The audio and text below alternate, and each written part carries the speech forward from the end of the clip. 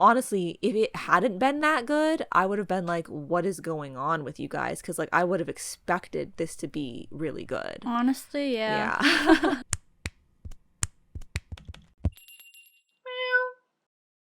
Howdy, Meowers. Welcome back to the BlushCat podcast. My name is Kayla, and today we are talking about January 2026 K-pop comebacks. Hi, Kayla. My name is Devin, spelled Devin. I'm wondering how your name is spelled. Kayla. What's happening? I feel like I've heard of that name before. Like, that is a common name. What, you coming to the podcast with a common name? Yes, I am. Okay, well, welcome. So glad you. to have you here today. Thank you. Kayla? So, yeah, you know the drill. We're here to share our opinions on these comebacks. Honestly, I don't have that much to say today. Okay. I wasn't feeling this month in terms of anything. No, in terms of rough start to the year.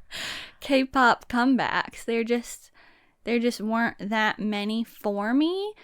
But there is a big one for me that I was really waiting for and excited about, and that's what we're going to be starting with. So let's just jump right in and talk about Apink. Okay. Why don't you just dive in, go ahead, and tell us what you thought? Because, yeah, Apink, they're a group that I feel like hadn't had a comeback in quite a while. Like, yeah. I feel like it was the beginning of the previous year. Well, it's been even longer than that. Oh, really? Like, I don't Wow. know. Have we covered an Apink comeback? I don't know if we've covered one. Like, I just remember they had D&D, but I don't remember when that was. Oh, yeah. Yeah, I think maybe we talked about that. Yeah, so it's been a couple years, basically. It's been a while. Since Apink has had a comeback, but they had one. The title track is called Love Me More. And so I'm just so glad they're finally back. I want to just say that the professionalism and experience shows. That's like one of my main points with this. So I think the song is really fun. It's a really good time. I've been enjoying it a lot. It's so classically Apink. Like, that is their concept, their sound. And so the fact that they're doing that again and like they're still doing that is just really nice because, that's one of the sounds that people think of when they think of Apink. And yeah, so the live vocals are as strong as ever. They look like they're having so much fun on stage, and I'm so happy that they got a win because it's like, they're the kind of group that's undeniably deserving a win. And so it's nice to, in the midst of other types of things that are winning, to see something so classic get a win. And I thought their encore stage was incredible. Just everything that an encore stage should be. Their vocals are clear and they're strong and they have lively choreography. It's not like they've just thrown in the towel.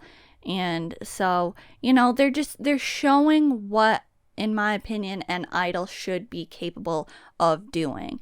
And yeah, Eunji, her voice has so much power that it literally resonates. She can pull her mic away. I noticed it a few times, and she'll hold the note and you can still hear her voice carrying over. There's literally a move in the choreography where she's switching her mic from one hand to the other and you can just hear her voice carry over. So that's really iconic. Bomi leading the dance break is iconic as usual. And just, I love how much they're flexing. Like, it's iconic. They're literally almost a 15-year-old group, yet they're staying true to their sound. They're coming out here with live vocals, fun choreography with a dance break. Like, that was so surprising. But, I mean, like, not necessarily for Apink, but at the same time, kind of that they're still having choreography that's that, you know, regular. It's not been watered down or something like that just because they're an older group, and they have a nice mix of classy and trendy styling and stage presence. They have good stage presence, and if that wasn't enough, they have a solid amount of music show performances for the promotion period. So I really appreciate all of that. Yes, Kayla. Yes. I mean, so much of what you said, I like already was going to say. Like, I agree with it. You put it into words in the exact same way that I would have put it into words. Wonderful. Like, I guess to add a few extra things that you didn't say, because you said a little more than I would have said in certain instances, but then you already covered some of the things I was going to say. But I'd add on that their music video, I mean, let's just do the obligatory, you know, wish that there hadn't been any AI in it, but there's just, you know, they sprinkle AI into like every time I'm thinking, oh, like this seems like a regular music video. I'm like, oh, well, that scene right there, I don't really know why they needed to use AI for that, but yeah. So yeah, there's like, you know, I guess a little bit of AI because it's in the credits, but I liked how many real elements it did have in the set.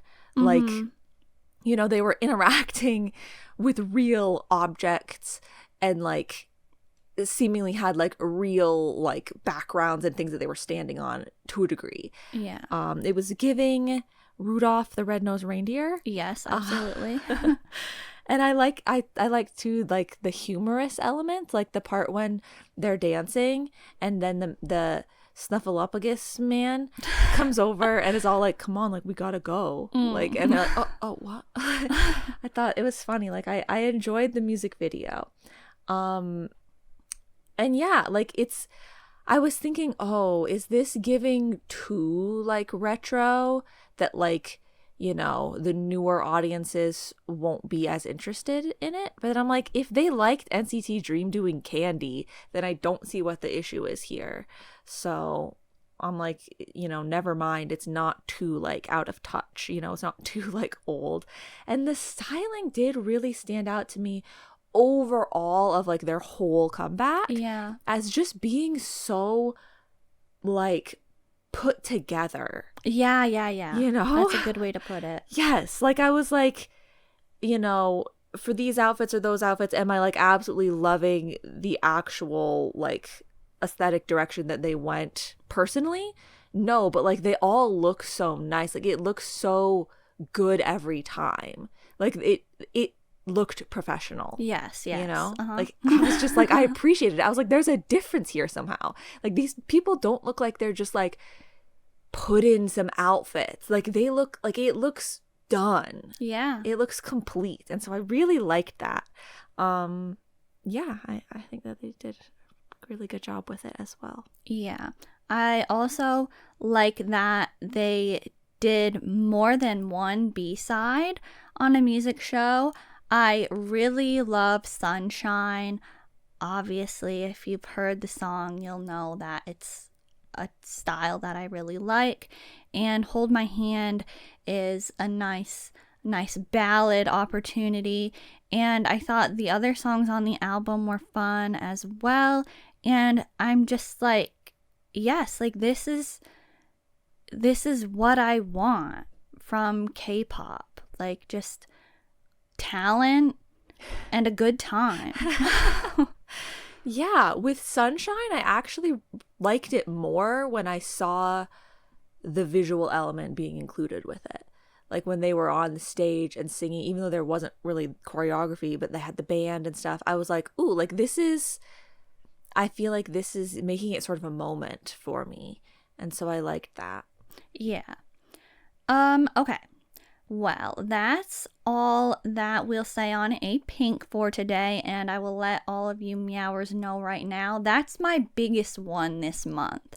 So that was really the only one I was like, you know, invested in, but I know that you were ready, like you've got your your idol here. So why don't you lead with Joohoney's comeback? But actually, this would be a good time to mention that any that we don't talk about today, any comebacks, there's a chance that we will talk about them in our roundup all the way at the end of the year. But we might give like a brief shout out to a few at the end of the episode that we like the songs of and didn't necessarily have a lot to say. So we're kind of going in date order generally, but we're maybe gonna come back to some at the end, but maybe not. Circle back, yeah. Okay, so Joohoney had his second mini album, Insanity, on January 5th, but there was actually a pre-release song on December 22nd, Push, featuring Ray from IVE. Wow. Yeah, and so that was the first thing that I was like, oh, like not only is Joohoney having a comeback, because like I didn't, his first album, okay, like I know of it, but like Freedom didn't really, you know, pull me in. Mm-hmm. And so I heard that he was going to be having another album, and I was like, oh, you know, that would be, you know, interesting maybe to see. But then when I was like hearing that this first song had Ray, I was like, ooh, I wonder what that's going to be like. That's interesting. And I'd say I'm not very interested in the type of song that it is, but I think that they did a really good job with it. And I think that Ray was such a good fit. Like, I think that Ray's voice and her parts are like so nice. And so, what did you think?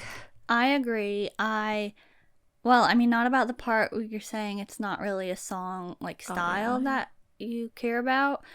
I didn't expect it to sound like that. I expected something powerful and darker because they're both rappers, and so I was like, oh, Ray's gonna feature and they're probably gonna do some sort of rap, but it's not like that. It's instead reminding me of Vienna Love War, or like more indie leaning K-pop artists. And so I was very surprised to hear that it did sound like that, but I really like it. And I liked the music video as well. Shin and Soo was the female actress with Joohoney, and I like her acting, so I was like, oh, that's a pleasant surprise. Nice. Yeah, I like the music video, but it was kind of throwing me off a little bit that it wasn't Ray in the music video. I'm like, why? Oh, okay. Okay. So that was the pre-release, but then he had his title track Sting featuring Muhammad Ali, which is really just like, it's his voice saying, I'm gonna float like a butterfly, sting like a bee at the beginning of the song. Like a recording. I'm not saying like, you know, it's like a, you guys get what I'm saying. So this title track, you know, in my mind, I know Joohoney solo Freedom, right? Sting is so much more like what I would have expected a Joohoney solo song to be like. It's very catchy. It's very like hard hitting. The music video is a little. Oh, I didn't like that. Like I think that the video is giving a good like vibe and energy, but like at the same time it makes me uncomfortable. I like that the whole thing is like bee focused and very on brand for Joohoney. You know, like I think that's cute. He obviously has aura, but he always has aura.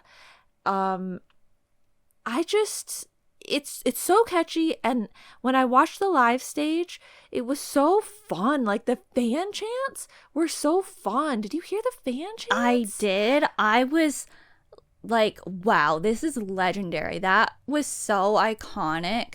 literally every single music show stage that I watched of it, they were so loud the whole time. It was so cool. Yeah. Like they go like whoa and Yeah. stuff. I loved it. Wow. Okay, so that's good. What else did you think about the title track? I think it's good. I don't really like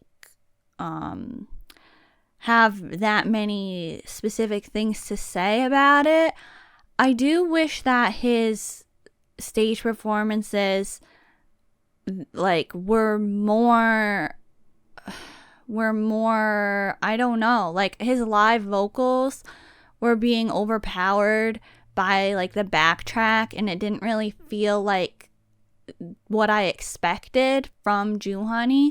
Like, knowing what they're like Monsta X at a concert or like a festival, I was a little bit like, this isn't as exciting as I thought it would be.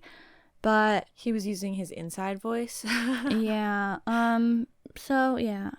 I don't know. Like, it's good. Like, I don't mind it, but I'm not like, oh yes, like so amazing.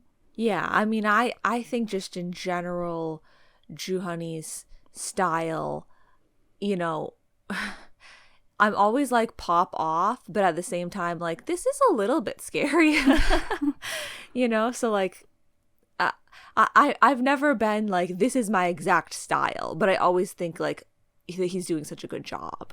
So yeah, but I guess I could see what you're saying about like music, like end of year, bigger things. It's always like even more hard hitting. Yeah, I feel like honestly, if the fan chants weren't that loud and consistent, I wouldn't be as interested in the song in general. Like, Yeah, I I feel can like see the that. fan chants have given a little more to the song for me, because it's not really a style that I love. Exactly. But yeah. I do, like, I feel it. And I do like that. Like, I can feel the energy and the charisma from Joohoney. Yes. Okay. Wow. That's like yes. Okay. Some of the other songs on the album. Fear. I liked the music, but like most of the other songs on the album, we're getting even more into a territory of me being like, I am not interested in this type of music. But at the same time, the actual because his voice kept like, I say scaring me, but like, it kind of just being like, like, oh wow, like that's a lot, Joohoney. yes. That like I'm not really usually one to go that far in my listening experiences, but I think he does do a really good job, and I liked a lot of the sounds of the actual music. Yeah, me too. I'm not big on that genre or style, but I do really appreciate a good beat and good flow. Yes. And I think that Joohoney's album, all of the songs definitely have that. So I was, feeling the vibes, even if, some of the songs were a bit much for me or not exactly my style that I would go to typically. It's kind of like when we talked about Mark's album. Overall, I can really recognize Joohoney as an artist, and I think that these songs are good, but I'm not gonna be like tuning in all the time and thinking, oh wow, this is like my favorite thing of the year. You are so good at putting my thoughts into words today. Thank you. Yeah, exactly. So I just wanted to say that Bite is another one that was like really cool and vibey in terms of the music. But the one I really need to mention, the last song on the album, I mean, I think that's the order that they went in. Okay. No Brain, No Pain. This one was so unexpected, not because I wouldn't have thought that Joohoney could do this sort of thing, because it does remind me of his Masked Singer performance that he did that everyone really loved. Like everyone is in the judges, we're all like, oh my god, why didn't you literally sing like this before? Like, this is matching your voice so incredibly well.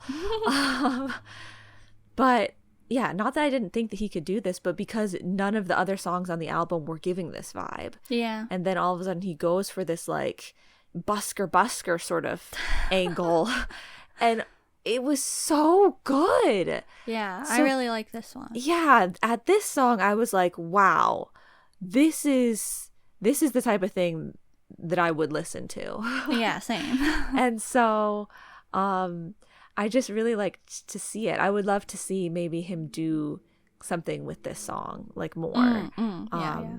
Because it was just a really good listen, and really like I like how it's kind of like a refreshing and bright sort of end. Yeah. You know? Yeah, I agree. So overall, I'd say good job, Joohoney. We didn't expect any less from you. So, yeah. Okay, let's move right along to Chuu. She had her first full album, and it's called XO My Cyber Love, and the title track is called that as well. So, I will say what I thought about this, and I'm going to be completely honest about it. So, the song and the choreography for the title track are really nice, and I like the album. Like, once again, highlighting the choreography, I think it's just so, like it's fresh, and it is suitable for Chuu, and it's like, I don't know, it's just, I like it a lot. And I like Chuu's concept. All of her songs, I was trying to think about how to describe her style that she has, and the best word that I could come up with was bittersweet.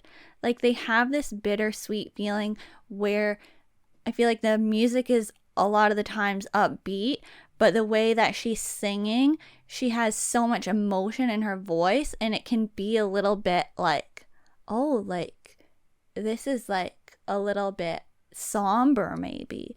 So yeah, I think it's just a very unique concept and genre in general that she has. And I also like her styling this era, especially her comeback stage on M Countdown. And I think it was the first Inkigayo stage where she had the black and green outfit. But my problem here is that I wish she would be singing live. Oh, I know. It's just a very, like, I'm bothered by it by, you know, everybody. Like, it always, in my opinion, enhances the performance when I can tell they're singing live. But with Chuu, it makes it even more, like, flat. In my opinion, like, watching it, it just feels more empty. I don't exactly, like, know how to describe it, but, like, You're doing it. Okay, she has good expressions. Like, obviously, we know this. We know that Chuu has so much energy, and she has good stage presence. I'm not doubting that. I just think it's not getting made the most of because, you know, she's giving with her energy on stage, but there's like the main part of it isn't there. So something about it feels a little empty, and even the dancers don't have any emotion. And obviously that could be intentional, especially with this song, and, you know, like, for multiple reasons that could be intentional. But a lot of the times, especially solo artist dancers, will be interacting with each other more, or they'll be, like, expressive. They'll be interacting emotionally with the artist as well, and there's just, like, complete disconnect here with her and the dancers with each other.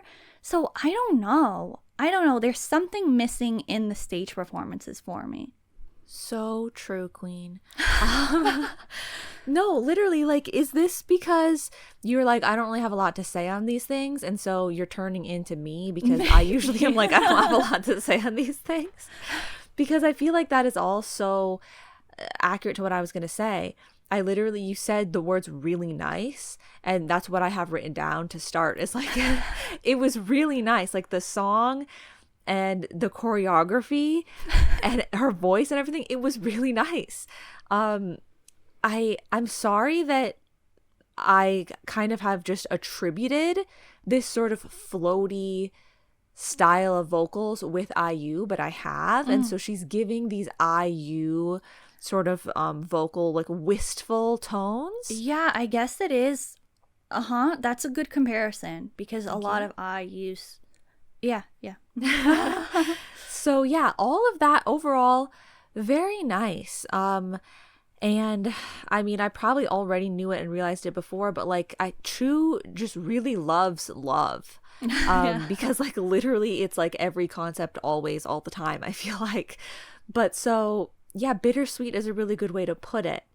And I was thinking everything was so nice, and then I was so glad that she was still doing choreography, because I'm always wondering, is it going to have choreography? Because it doesn't exactly seem like the type of thing that would have that much choreography, but she does the perfect type of choreography for it. But I'm like, oh, but she's not singing live in this stage. So I actually clicked on a couple other stages because I wanted to see the styling, and because I was like, is she singing live? And I wasn't seeing her singing live. And it is just like, because the majority of the performance, I feel like, is in the song. So it's just weird that it's not live vocals when it's like, I'm not here for the dance. Like, the song is the main thing in this instance. So yeah. But you know, that aside, I think she did a good job, and I thought that it was nice. Well, not nice, I guess. Interesting. I mean, nice for some people, probably, sure. But I'm not like, I'm looking for this, you know. But Canary had like a more mature, sort of serious tone to it that I wasn't expecting, and I was like, ooh, like this is a, you know, she nailed this as well. Yeah, I agree. Yeah, and then Teeny Tiny Heart and Hide and Seek I thought were fun too. Okay. All the other songs like are good as well. I think that they're all so emotional and in a very distinct way. And it's just so interesting to me how much her actual voice is contributing to that.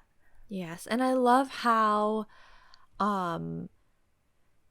branded everything feels. You know, it all feels so Chuu. Yeah. Like when Yena does her comebacks, and they seem so Yena. Like when you have a soloist that has something that it just feels so much like this is who they are as a soloist. I think that that's always really good. Yeah.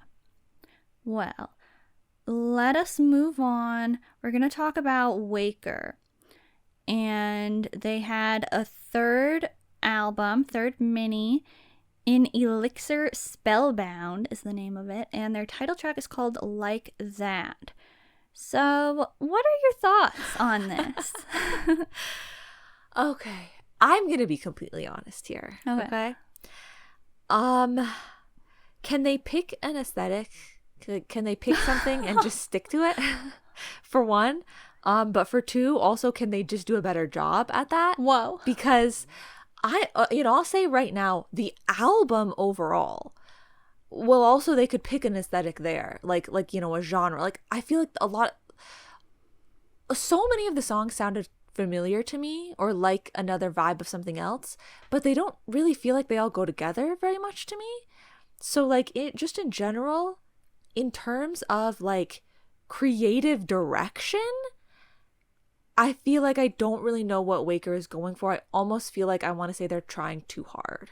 Whoa. Okay. I almost want to say that they're overstyled in a lot of ways. But the song itself, I think, is catchy. I think it's cool. I like what they're doing with the song, and like skill-wise, I think they're there. Skill-wise and sound-wise, I totally think that they're there. It's just like I'm saying, creative direction, I feel like is the best way I can put it. I'm not on the same page as them. So they might have a very, like, you know, deliberate reason for these choices and I'm just not getting it. Or they're like, you know, let's just try and see what sticks. I don't know. Okay. As harsh as that sounds, I actually think I agree with you, at least somewhat. I do feel that. I think that the album, okay, because I was like Waker like day one, like their first album was like so good, and I liked their second one too, and so it's been a while, and now I was like, oh wow, Waker is actually having another comeback. I'm like obviously gonna be checking that out. And so this album I think is my least favorite out of their albums so far, because like you said, it's not really like, I'm not seeing a vision or a concept. It's not very cohesive, but I think that the songs in there are good. I just, yeah, it's kind of, yeah, like what you said. Yeah, I didn't really know what it was until you said it. Yeah, something about the creative direction with Waker. But I was glad that it seemed that they wore like a cowboy hat. Yeah, you're not making the allegations. No, I wasn't glad about that. I was not glad about that. This is like the exact instance where I would not like it. But I was glad to see that they were having more regular promotions. Oh yeah. And they were doing live at least some of the time. And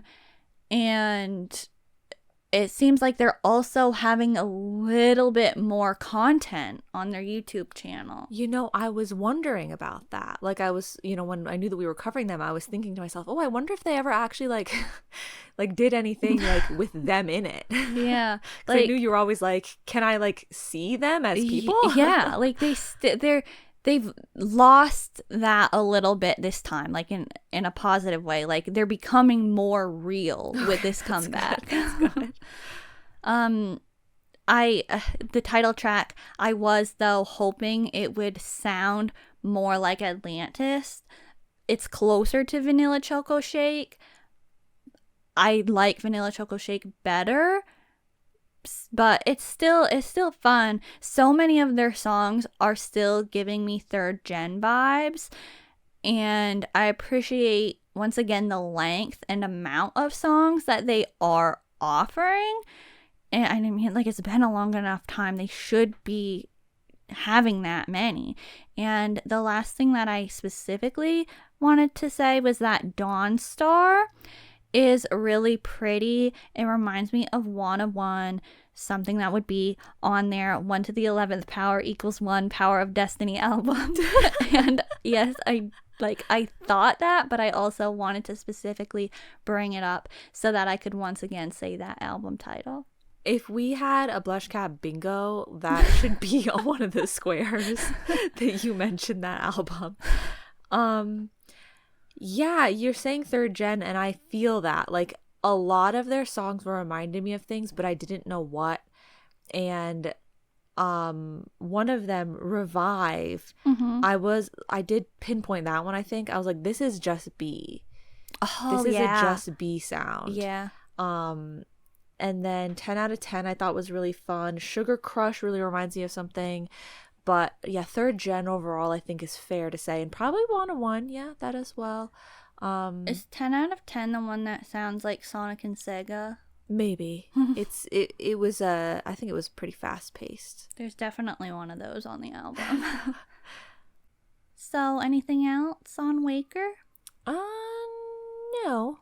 Okay, what do you want to go to next? The 17 subunit? Yeah. Okay, so Dokyeom and Seungkwan made their unit debut, DxS, and their title track is called Blue, and they have a mini album. So I honestly didn't write many notes for this. But the first thing I'll say is that the member combinations for these 17 units have been working so well. Like, I just want to put that out there. I mean, you know, not all of them are my vibe, but I still think that they, like, it makes sense. Mm-hmm. Okay, the music video, they actually have a cinematic version and an epilogue version. The cinematic version has actors. The epilogue version has Seungkwan and Dokyeom.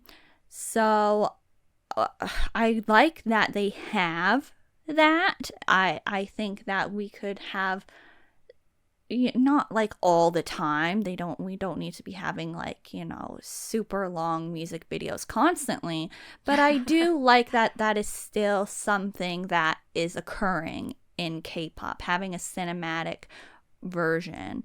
And so it's very sad, just very, very sad video, but I did enjoy watching it. Like, it was like I could really feel it, and the song is beautiful, and I thought the album was good. Okay, yeah. I, you know, this is in the genre realm of me being like, I really couldn't care less about this. Okay. Usually, and if they had only released the epilogue version, honestly, I feel like that's how I would have thought about it. I watched the epilogue version second, and I was kind of like, why did we need this? I know people that like this type of music would probably not think that. They'd be like, oh yes, this is beautiful as well. But the cinematic version, oh my God. Yeah. It's so incredibly sad. Yeah. So quickly I was like, oh my God, like, this is so, you know, obviously it starts tragically, but like, you know, at that point you might just kind of be like, oh no, like, what's happening? But like, so quickly, before anything, like, before they were really getting into the sadness, really, I was already like, this is really sad. Yeah. Yeah. And so, a fantastic job. And yeah, I do just think that the song is so beautiful and drama worthy. Like, the whole thing, it's in the same realm as IU Love Wins All. You know? Yeah. It's really like, wow, this is so beautiful and so sad, and I feel like I'm watching a drama or a movie, but it's really all just to showcase this song. So totally get that, but like, that's what it needed. Like, that was perfect for it. So can't give them enough props for all that, because like, it was great, but like, I'm not really gonna listen to this song normally. Yeah. And you know, the album overall was like a good, strong album, but you know, I'm not interested in that, but also I'm not surprised that it was that good. Like, honestly, if it hadn't been that good, I would have been like, what is going on with you guys? Because like, I would have expected this to be really good, Honestly, yeah.